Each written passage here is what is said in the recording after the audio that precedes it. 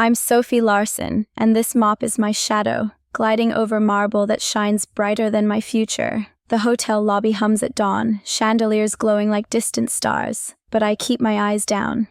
3 years here, and I'm still nobody, just the janitor, who sees the girl behind the bucket. My hands ache, but I scrub harder, as if I could erase the weight of raising Liam, my little brother, alone since Mom and Dad left us. I was 17 when I became his everything. At 25, I'm still fighting, working nights so he can have books, food, a chance I never got. Will I ever be more than this? I taught myself 9 languages: German, French, Japanese, you name it, on a cracked laptop while Liam slept. It's my secret, my rebellion against being invisible. But here, secrets don't pay bills, and dreams don't clean floors. This morning, the lobby's too quiet, like it's holding its breath. I hear the front desk whispering about some VIP. But that's not my world. I'm just here to make the tiles gleam.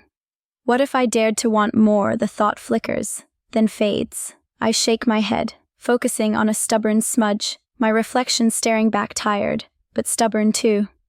Then it happens. A voice slices through the silence, sharp and desperate. Hilfe, kann jemand Deutsch sprechen? I freeze. A guest, red-faced, waving papers, shouting in German. The staff just stare, clueless. My heart pounds. I know German. I could help.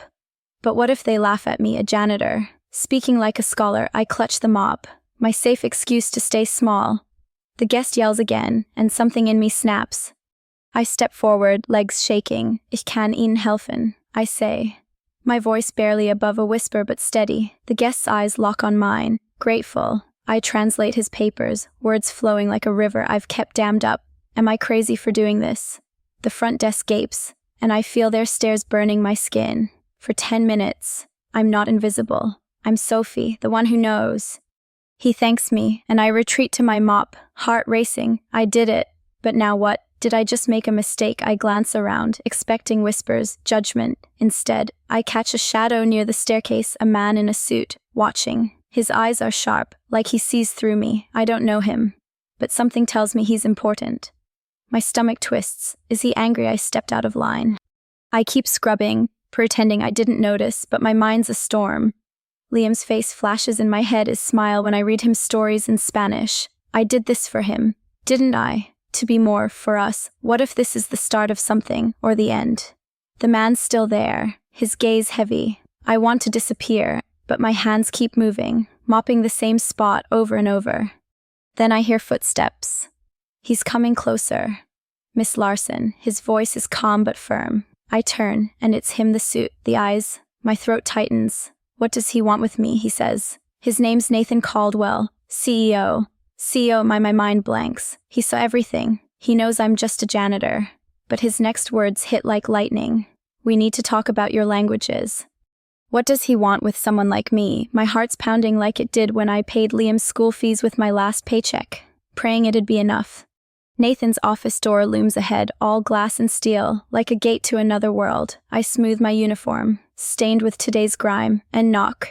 His voice calls. Come in, calm but commanding. Inside, it's all leather chairs and city views, the kind of place I'd never dream of entering. Am I about to get fired? I stand there, clutching my hands, while he leans back, studying me like I'm a puzzle he's halfway solved. Miss Larson, he starts, you speak German fluently. What else? His eyes are sharp, not cruel, but they see too much. I swallow hard. Should I tell the truth? I could lie, say it was a fluke, stay safe in my corner. But something in his tone, like he already knows, pulls the words out. I speak 9 languages, I blurt. French, Spanish, Japanese, Italian, Mandarin, Russian, Portuguese, Arabic, and German. My voice shakes, but it's out. My secret laid bare. He raises an eyebrow, not mocking, just curious. How, he asks. I hesitate, then it spills. I tell him about Liam, my brother, only 12, who I've raised since our parents died, about nights hunched over a laptop, learning words while he slept, because languages were my escape, my hope for a better life. What if he thinks I'm making it up? My cheeks burn, but Nathan listens, nodding, like my story matters. Then comes the shock. We need someone like you, he says, leaning forward. Our international clients are a hassle. Miscommunications cost us millions. You could help, maybe even join the client relations team. My jaw drops. Me. In client relations, is this a trick? I'm a janitor, not a suit, but his face is serious, and for a second, I see myself in a new role, not invisible anymore. I stammer, I'm not trained for that, sir. He waves it off. Talent like yours doesn't need a degree. Start small, assist with translations, show me what you can do. My mind races. Can I really do this? I think of Liam, his dreams of college, how this could change everything. But fear claws at me. What if I fail? What if they laugh? I nod anyway, my voice barely a whisper. I'll try. As I leave, my head spinning, I'm halfway down the hall when I overhear Laura Bennett at the front desk, her voice low, venomous. Sophie, speaking 9 languages. She's lying to climb the ladder. My stomach twists. Why does she hate me? Laura's been here longer, always glaring when I pass. Now she's spreading lies, and I feel eyes on me, colleagues whispering. I want to run, hide, but Nathan's words echo, show me what you can do. I grip my mop cart, parked in the corner, and take a breath. What if Laura's right, and I'm not enough? But I think of Liam's smile, the way he believes in me. I helped that guest today. I spoke German like it was nothing. Maybe, just maybe, I can do this. But as I push the cart, Laura's voice follows me, and I wonder what she'll do next. Laura Bennett's voice cuts sharper than any knife I've known, and I'm still reeling from Nathan Caldwell's offer to join client relations. I wheel my mop cart through the hotel's back corridor, the fluorescent buzz mocking my racing heart. Why does Laura want to ruin me? Her words from the front desk linger like smoke. Sophie's lying about those languages. She's a fraud. My hands tremble, and I wonder if I was naive to think this chance was real. I've never clashed with Laura before, but her glares always carried a warning. She's the queen of the front desk, her smile a mask for those below her like me, the janitor. Now she's whispering lies, and it's spreading. How do I fight something I can't see? I pass Mike a bellhop and catch his sneer.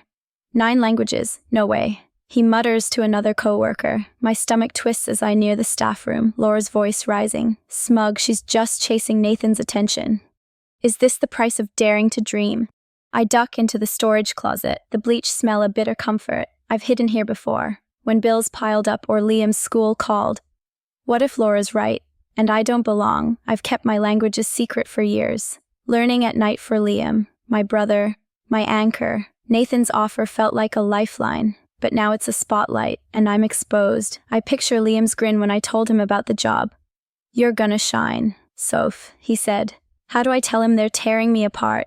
It gets worse. I'm back in the lobby, scrubbing a stain, when Laura struts by with 2 co-workers. Careful, she says, loud enough for me to hear. Sophie might translate your coffee order into Japanese. They laugh, and my face burns.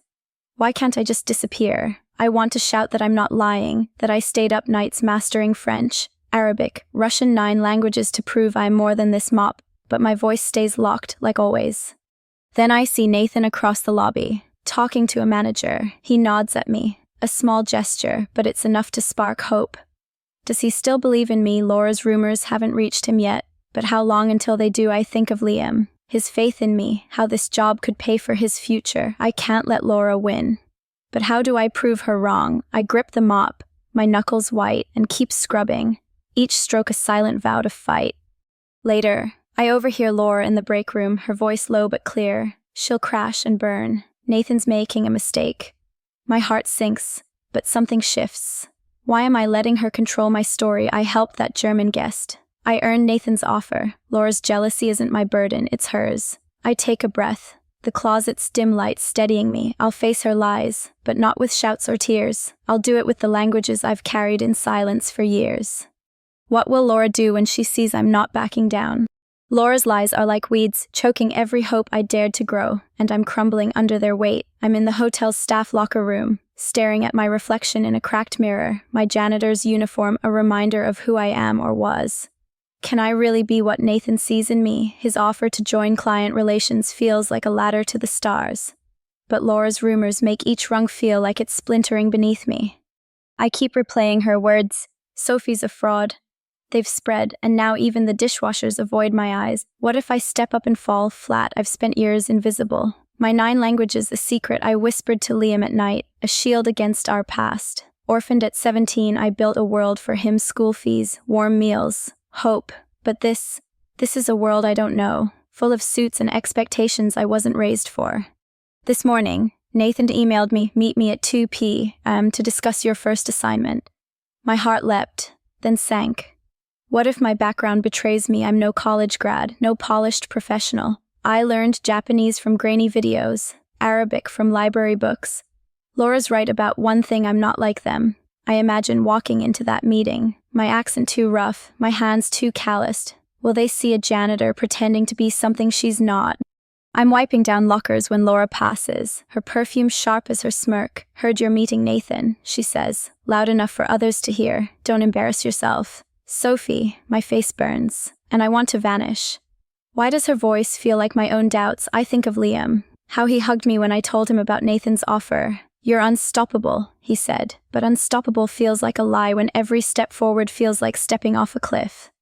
At lunch, I sit alone, the break room chatter fading when I walk in. Am I already an outsider? I stare at my sandwich, untouched, and picture my languages: French, Russian, Mandarin like keys to a door I'm too scared to open. Nathan believes in me, but what if he's wrong?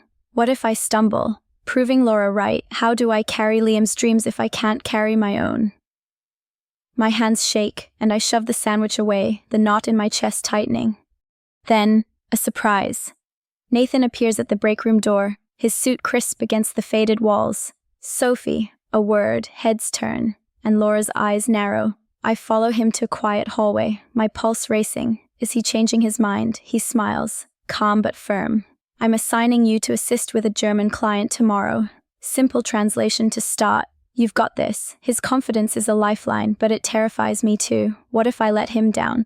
Back at my locker, I grip my phone. Liam's photo on the screen. He's why I learned those languages, why I kept going. Can I do this for him? For us, Laura's rumors, the stares. My own fears, they're loud, but Liam's belief in me is louder. I take a breath, the mirror reflecting not just a janitor but a woman who's fought harder than anyone knows. Tomorrow, I'll face that client. My language is my armor. But what happens when Laura sees me rising?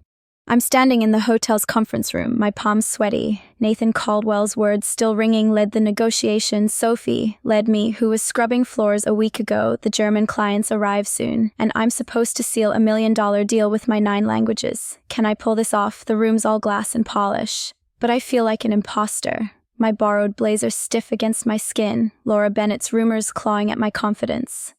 I spent last night prepping, practicing German phrases, researching the client's company. Liam stayed up, quizzing me, his faith a flicker of light. What if I let him down? Nathan's trust feels like a weight he's betting on me. The janitor, to charm executives. I glance at the notes Nathan gave me, but Laura's smirk from yesterday haunts me. She handed me a client brief this morning, her smile too sweet. Is she setting me up? I push the thought away, but it lingers, sharp as the clock ticking down. The clients enter 3 suits, all business, their German crisp and formal. I greet them, my Guten Tag steady, but my heart's racing. Do they see through me? We sit, and I translate their questions. My Spanish and French ready if needed. They're tough, grilling me on contract terms. I'm holding my own, but something's off. Their lead, Herr Müller, frowns at my mention of a 10% discount from Laura's brief. Why does that feel wrong? My stomach drops as he snaps. We never discussed discounts. The room tenses, and Nathan, watching from the corner, shifts in his seat. I freeze, Laura's voice echoing, don't embarrass yourself. Did she sabotage me, the brief? She must have slipped in false info to make me fail. My mind races through 9 languages, searching for a way out. I stammer an apology, buying time, and flip through my own notes. There it is, no discount, just a standard rate. How could I trust her? My face burns, but Liam's voice cuts through. You're unstoppable, Soph. I can't crumble now. Not with Nathan's eyes on me, not with Liam's future at stake. I take a breath, switching to German. My apologies. Herr Müller, there's been a misunderstanding. Our standard terms align with your proposal. Let's clarify. I pivot, detailing the contract, my words flowing like they did in those late-night study sessions. Can I turn this around? Müller softens, nodding, and we dive back in. I weave in French for a side question, earning a surprised smile. The negotiation hums, but Laura's shadow looms. What else might she try? I glance at Nathan, his nod subtle but real, and it fuels me. As we wrap up, Müller shakes my hand, impressed. Your languages are remarkable. he says. I smile, but my chest's tight. Did I dodge the bullet, or is Laura waiting to strike again? Nathan pulls me aside, his voice low.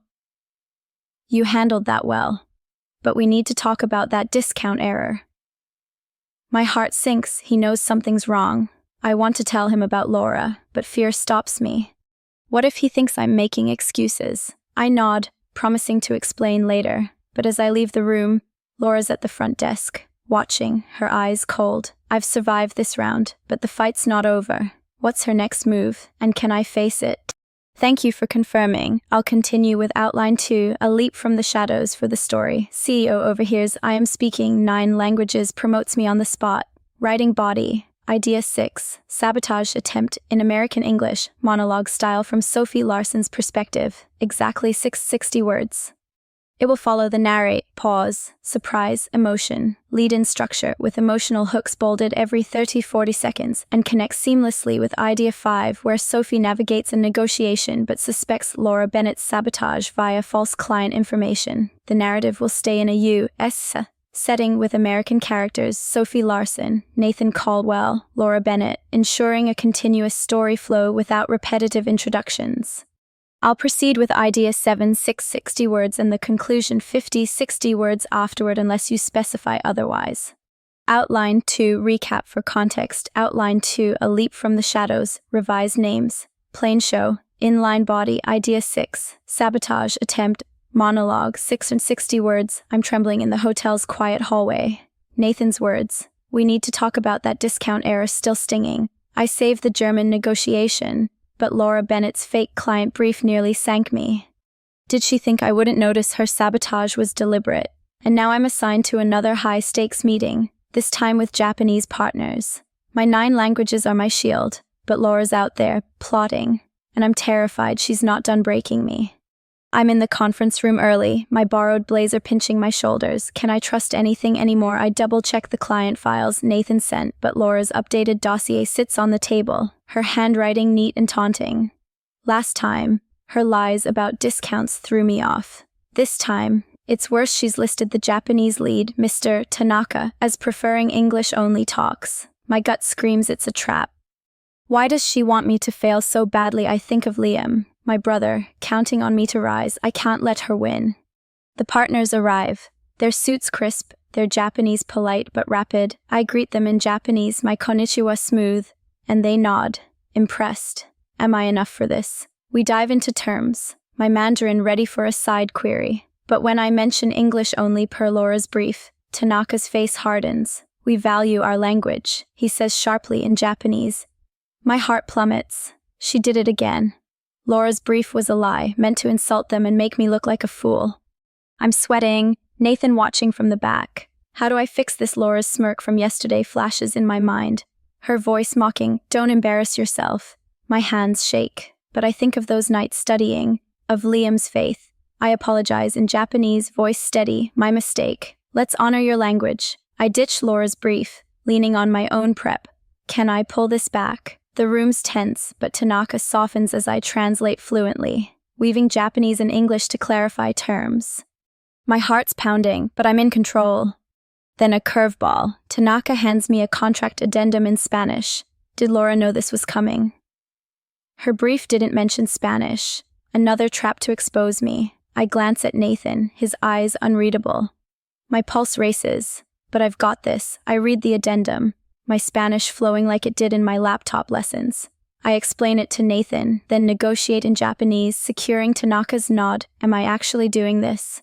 The partners smile, the deal inching closer, but Laura's shadow looms. She's at the front desk, probably waiting for me to crash.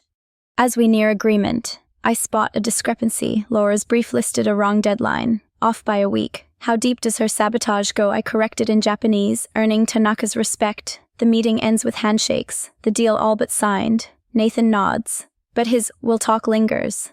Does he suspect Laura's game? I want to tell him, but fear chokes me. What if he thinks I'm dodging blame? I leave the room, my victory bittersweet. Laura's at her desk, her eyes cold as I pass. What's she planning now, and how do I prove her lies?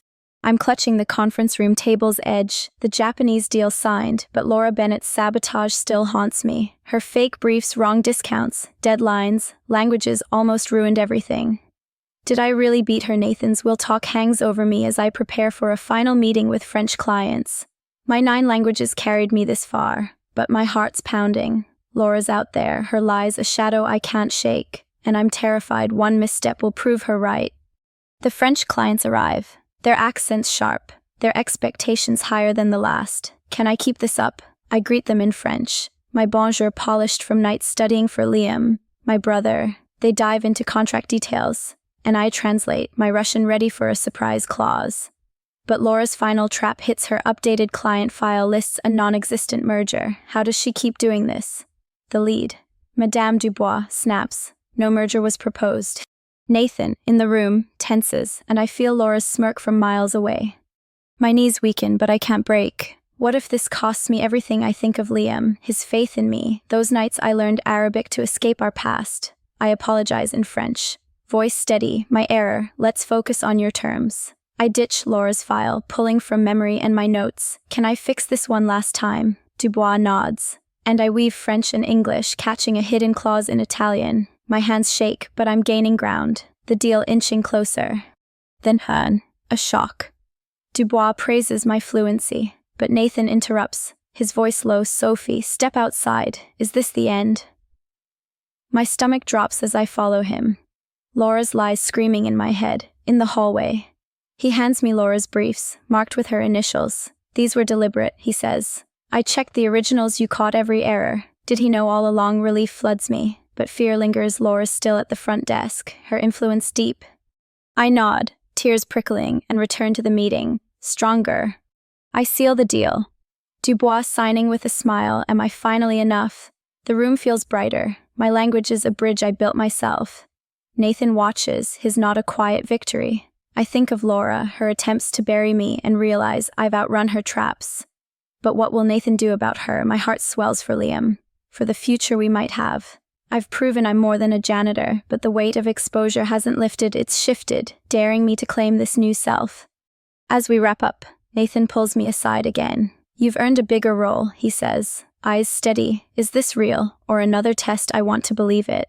But Laura's presence gnaws at me. She's still here, her rumors a ticking bomb. I picture Liam's pride, how this could change his life. I've beaten her sabotage, but the battle's not over. What happens when Nathan confronts her? And where do I stand then?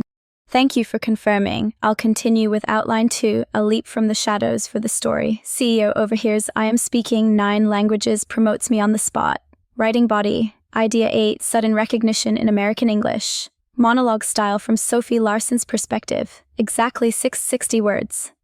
It will follow the narrate, pause, surprise, emotion, lead-in structure with emotional hooks bolded every 30-40 seconds and connects seamlessly with Idea 7 where Sophie secures a French deal, overcoming Laura Bennett's sabotage, and learns Nathan Caldwell knows of Laura's deceit. The narrative will stay in a U.S. setting with American characters. Sophie Larson, Nathan Caldwell, Laura Bennett, ensuring a continuous story flow without repetitive introductions. I'll proceed with Idea 9, 660 words, and the conclusion 50-60 words afterward unless you specify otherwise. Outline 2, recap for context. Outline to 2, A Leap from the Shadows, revise names. Plain show, inline body. Idea 8, Sudden recognition, monologue, 660 words. I'm standing in the hotel's grand lobby. The French deal signed. My heart still racing from outsmarting Laura Bennett's lies. Nathan Caldwell's words. You've earned a bigger role, echo. But I'm braced for a catch. Can this really be happening? My 9 languages pulled me through, but Laura's sabotage, her fake briefs, nearly broke me. Now Nathan knows her game, and I'm waiting for what comes next. My janitor's uniform swapped for a blazer that still feels like a disguise. This morning, Nathan calls a staff meeting, and I'm in the crowd, invisible again among the suits. What if he's changed his mind? Laura's at the front desk, her smile tight, like she senses a storm. My hands fidget, thinking of Liam, my brother, who believes I'm unstoppable. I want this for him, for us, but Laura's rumors still sting, and I'm scared this moment will slip away. Will her lies outlast my truth? Nathan steps to the podium, his voice steady. We've had a breakthrough, he says. eyes scanning the room. Our recent deals, German, Japanese, French, succeeded because of one person. My breath catches. Is he talking about me? He says my name, Sophie Larson, and heads turn, whispers rippling. Laura's face pales, and I feel like I'm floating, my heart pounding. Sophie's fluency in 9 languages sealed millions in contracts. He continues. Am I dreaming this? The room claps, but Laura's glare burns, and I brace for her next move. Then the bombshell. Nathan's tone hardens, but someone tried to sabotage her false briefs, deliberate lies. Did he just say that out loud? He holds up Laura's marked files. Her initials clear, Laura Bennett. You're terminated, effective immediately. Gasps echo, and Laura freezes, her mask cracking. Security escorts her out, her eyes darting to me, full of venom.